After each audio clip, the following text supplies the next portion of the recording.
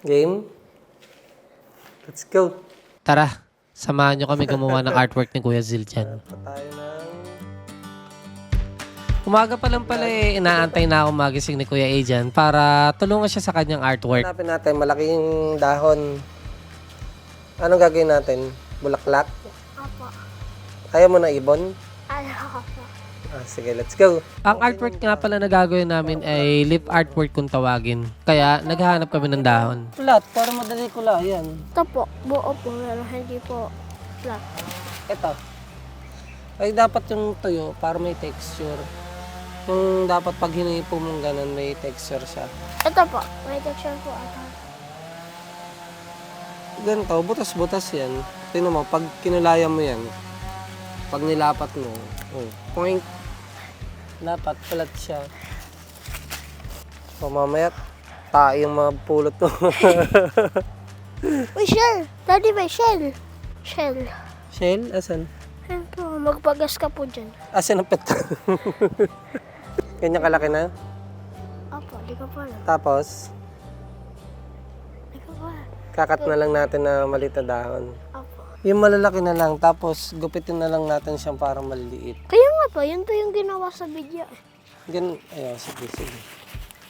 Hanap na lang tayo ng ano. Ito, maganda to. Ang daming texture ng video. Okay na yan dyan?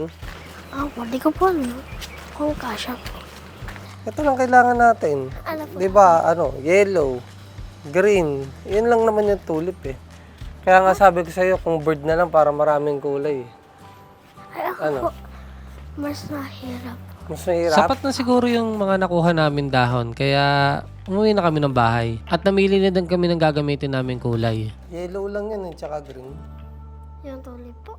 Oo. Ito ng dalawa. Meron kang lalagyanan ng mga tubig nito. Hindi naman po yung watercolor.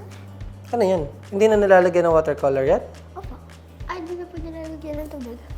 Hanap tayo, tulip. Ay, oo nga, may mga pink, may mga green. Namili na din pala kami ng gagayahin namin bulaklak. At tulip nga pala yung napili namin kasi favorite flower to ni Mami. Parang dips, gagawa ka lang ng maliit na ganito. At dito gaya nga ng plano namin kanina, kukuha kami ng malakit dahon at gugupitin namin to. At matapos nga namin gupitan yung dahon, kukulayin na rin namin at tetestingin na namin kung gagana. Oh. Tayo ka na kaya? Tayo ka na dito. Kinakabahan ka ba? Ha? Bakit mo po ginanting yung system? Wala po ako nga. Hindi, baka kasi kumapit siya. Tayo. Ayan, ganyan lang. Load. Pin. Dapat mo na off, huwag daw ipaplat. Ako, bangat. Light lang. Dump mo siya light.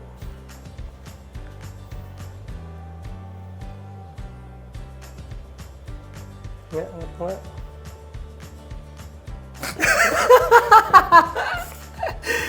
Ay, ba't walang dumi ka tulang lumabas dyan? Ano nangyari dyan? Yan, patigin ako. Ano nangyari? Hindi nga namin alam kung anong nangyari. At sa pangalawang pagkakataon, susubukan ulit namin ito.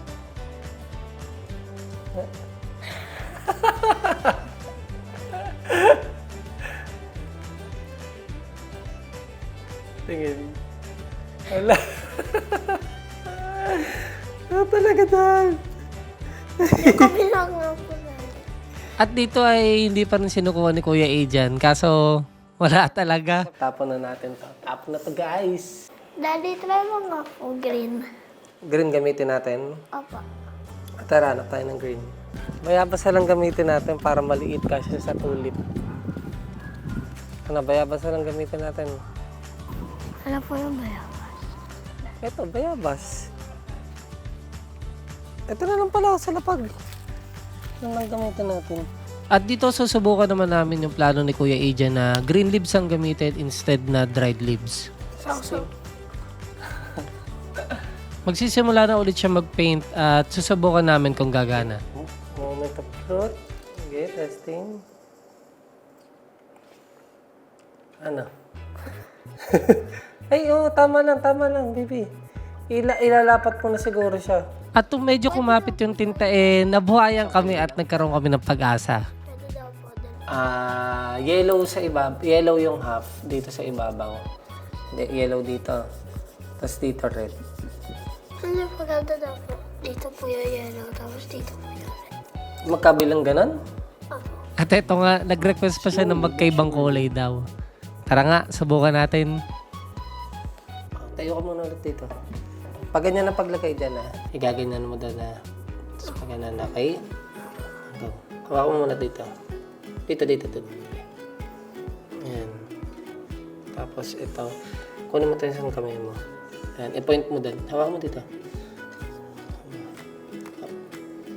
Ayan. Tapos i-dump mo siya ng konti. Ganun mo. Lahat. Hindi. Dandan lang. Buong palad, baby. Ayan.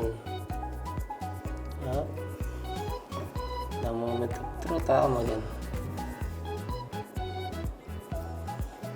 Hey! At ayun na nga, kumapit na nga yung tinta. At sisimulan na rin namin yung flower namin. Pero dito, hindi na namin ginawa yung tulip kasi medyo komplikado. Kaya dinaan na lang namin sa basic na bulaklak. Let's go! Sun, baby. Pero, ang kukulayan mo na lang dito yung... Ito po yung nasa gitna. Oo, pero dito sa likod yan. Ay, nasa gitna yan. Nakukulayan mo ng green. Green na yan, kaya kailangan mo magugas ng brush. Huwag mo na guntingin, baby. Pero yun na lang yung pipaint mo. Hindi ko po kaya pag... Kaya mo yan. Kaya mo yan, baby. At ito na nga yung pangalawa sa huli namin gagawin, yung pinaka-stem niya. Medyo kabado si Kuya Agent dito kasi Ano dyan? straight line yung gagawin niya. Moment of truth. Go. Wait lang. Okay na yan. Eh, pating nga. Ayun, nadali mo Kuya Diba? Agent. Last na, titingnan mo yung na. halaman niya. Konti-konti lang, ikalat mo siya para talaga magka-texture.